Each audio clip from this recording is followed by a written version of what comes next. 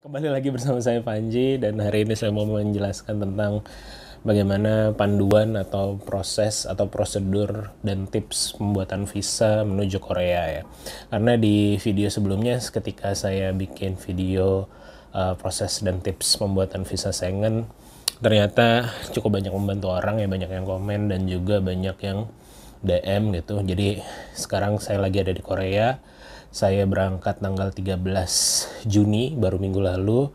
Sekarang persisnya tanggal 22 Juni, jadi kurang lebih saya udah 1 minggu di sini.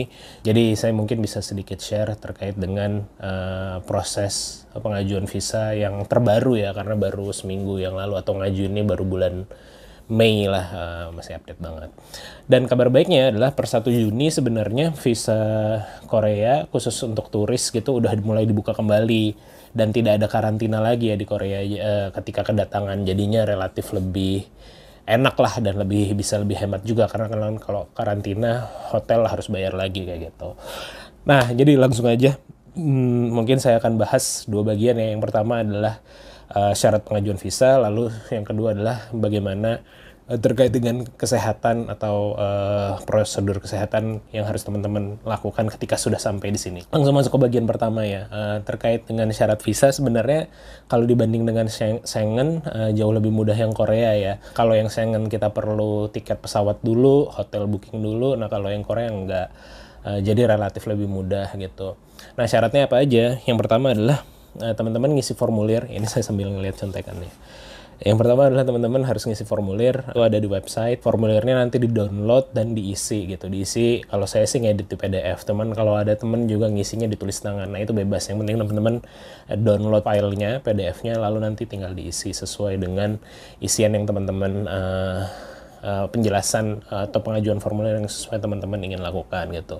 Nanti mungkin kalau bagi saya sendiri yang agak membingungkan adalah tipe visanya itu apa. Nah, tipe visanya itu nanti teman-teman bisa cek di websitenya Korea, misalnya apakah kunjungan bisnis, apakah pariwisata, apakah single, apakah grup, dan segala macam kayak gitu. Itu ada jenis visanya masing-masing. Jadi nanti teman-teman lihat. Nanti link untuk download formulir visanya saya taruh di deskripsi, dan juga link untuk ngecek visa jenis apa itu taruh di deskripsi. Terus kalau terkait dengan pengisian formulir, mungkin bagi saya yang juga membingungkan adalah masalah tinggal di mana. Di situ ada tertulis tinggal di mana. Pada saat saya bikin pengajuan visa itu, saya nulisnya tinggalnya di sebuah hotel yang saya tunjuk gitu. Walaupun saya belum melakukan booking sama sekali kayak gitu dan melakukan pembayaran atas booking tersebut, tapi ternyata nggak ngaruh gitu. Yang penting teman-teman isi rencananya juga nggak apa-apa gitu. Terus juga yang penting dari formulir tersebut adalah sepertinya kalau Korea itu melihat apakah si calon turis ini sudah pernah pergi ke negara lain, karena di formulir tersebut ada ada semacam kayak isian track record 5 tahun terakhir udah kemana aja. Nah kalau teman-teman udah keluar negeri, misalnya ke Eropa atau ke Singapura atau kemana gitu, ditulis aja di situ dalam 5 tahun terakhir sudah kemana aja. Nanti kayaknya sih itu akan jadi lebih mempermudah pengurusan visanya atau pengajuan visanya lebih mudah untuk di-approve gitu. Itu syarat yang pertama ya, pengisian formulir. Lalu syarat yang kedua adalah standar ya, pas foto ukuran 3,5 cm kali 4,5 cm.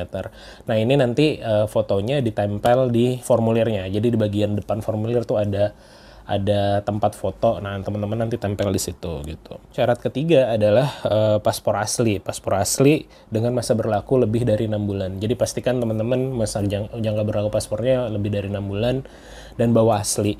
Saya bawa asli dan fotokopi sih untuk jaga-jaga ya. Jadi kalau formulir tadi bawanya asli, foto juga bawanya asli, tapi kalau paspor saya bawa asli dan bawa fotokopi untuk jaga-jaga aja ya, untuk diselipin. Lalu yang keempat adalah fotokopi kartu keluarga. Nah ini juga penting ya. Banyak yang DM saya terkait dengan Schengen, kan kalau di syarat visa Schengen itu foto keluarga terbaru gitu yang harus diperbaharui. Nah sebenarnya sih kalau menurut saya enggak ya. Jadi fotokopi kartu keluarga yang teman-teman miliki aja yang dibawa kayak gitu, fotokopinya kayak gitu. Kayaknya itu udah cukup sih. Nggak perlu diperbaharui dulu, karena kan biasanya makan waktu dan butuh proses ya untuk memperbaharui kartu keluarga kayak gitu. Lalu yang kelima adalah, syarat kelima adalah masalah status pekerjaan. Kalau teman-teman pelajar ada keterangan pelajarnya, kalau teman-teman karyawan berarti ada surat keterangan karyawan dari kantor. Kalau teman-teman wirausaha, teman-teman mesti melampirkan SIUP ya, surat izin usaha kayak gitu, atau juga akte perusahaan kayak gitu.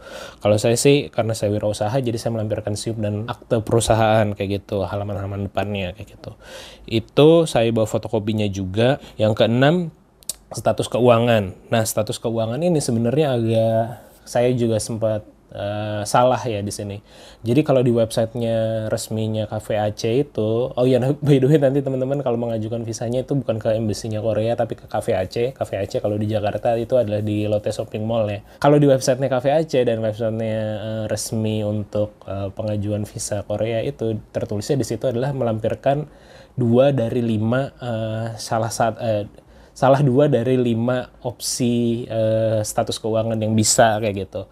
Yang pertama adalah slip gaji, yang kedua adalah mutasi rekening koran selama 3 bulan terakhir, yang ketiga adalah bukti potong pajak, yang keempat adalah bukti kepemilikan kendaraan, yang kelima adalah transaksi kartu kredit 3 bulan terakhir. Jadi dari 5 ini ya, bukti potong, slip, mutasi rekening, mutasi kartu kredit, sama bukti kepemilikan kendaraan, kalau di websitenya disuruh pilih 2 dari 5 itu gitu. Makanya karena saya bacanya seperti itu, saya milihnya 2 gitu. Saya milihnya adalah slip gaji sama mutasi rekening gitu, saya 2 ini. Tapi ternyata ketika saya sampai di sana, diminta yang ketiga, yaitu bukti potong pajak. Jadi saya menduga bahwa sebenarnya syarat apapun tetap perlu bukti potong pajak kayak gitu. Jadi paling nggak 3 lah teman-teman pegang, kalaupun ada mutasi kartu kredit atau kepemilikan, tapi juga mesti lampirin bukti potong pajak PPH ya, bukti potong pajak PPH yang dikeluarkan oleh perusahaan kayak gitu. Lalu bagaimana kalau nggak punya bukti potong pajak? Nah, sebenarnya perusahaan bisa mengeluarkan surat alasan gitu, surat alasan atau kenapa si karyawan ini tidak dipotong PPH-nya kayak gitu. Bisa jadi karena di bawah standar 1 tahun PTKP ya, tidak termasuk objek pajak, terus bisa juga karena belum 1 tahun kerja dan segala macam. Jadi kurang lebih dua yang utama tambah harus ada status potong pajak. Kalau istri bagaimana yang mengikut suami, ya berarti tertulis surat keterangannya ya ini pajaknya adalah di suami kayak gitu. Kalau anak sekolah ya tertulis bahwa ya belum bisa menerima pajak karena masih di bawah umur, dan belum bisa dipotong pajak ya karena belum ada penghasilan, dan juga belum ada masih di bawah umur kayak gitu. Jadi itu ya untuk status keuangan. Rekening jumlahnya berapa, standar aja sih, nggak perlu muluk-muluk kayak 50 juta atau 100 juta ya, secukupnya aja lah kalau menurut teman-teman. Dengan biaya hidup segitu bisa hidup di Korea selama jangka waktu yang teman-teman ingin di sana, ya sesuaiin aja, nggak perlu direkayasa atau segala macam. Syarat yang ketujuh adalah sebenarnya khusus untuk saya karena untuk visa urusan bisnis gitu, yaitu surat dari pengundang. Nah, kalau teman-teman hanya untuk tujuan wisata ya syaratnya yang 6 tadi, tapi kalau untuk urusan bisnis atau urusan diplomasi dan segala macam harus ada syarat yang ketujuh, yaitu surat dari pengundang. Kurang lebih begitu ya untuk persyaratan pengajuan visa Korea. Lalu bagian keduanya sebenarnya simple, seperti yang tadi saya bilang di awal bahwa sebenarnya sudah tidak ada karantina lagi, jadi relatif mudah. Tapi sebelum teman-teman mendarat di Korea atau dari Indonesia ya, kalau nggak salah 24-48 jam sebelum pesawat keberangkatan, teman-teman harus ngisi namanya Q-Code. Q-Code itu sebenarnya semacam kayak surat pernyataan bahwa kita udah pernah vaksin dan kita udah pernah PCR kayak gitu. Itu harus ngisi Q-Code dulu 24-48 jam sebelum keberangkatan, dan harus PCR juga dalam jangka waktu 24-48 jam sebelum keberangkatan. Nanti hasil PCR-nya tersebut yang diisi juga di Q-Code tersebut gitu. Lalu syarat kedua adalah ketika sudah sampai di Korea, kalau saya sampainya di Seoul gitu, dalam 24 jam setelah kedatangan saya harus tes PCR lagi di Korea, jadi kayak gitu. Udah sih syaratnya 2 itu aja ya untuk prosedur kesehatan yang ada di sini. Itu update per 8 Juni karena ketika saya mendarat di Korea ini tanggal 14 Juni, saya dapat selebaran gitu, oh ini syaratnya macam-macam gitu. Nanti kalau sempet scanannya saya taruh di deskripsi juga buat di-download. Mungkin itu aja video kali ini, cepat padat aja, nggak perlu panjang-panjang. Mudah-mudahan bermanfaat, dan mudah-mudahan teman-teman yang berkeinginan untuk berwisata ke Korea atau pergi ke Korea secara umum dimudahkan pengajuan visanya dan juga dimudahkan perjalanannya dan bisa sampai di Korea dengan selamat. Sampai ketemu di video saya berikutnya. Assalamualaikum warahmatullahi wabarakatuh.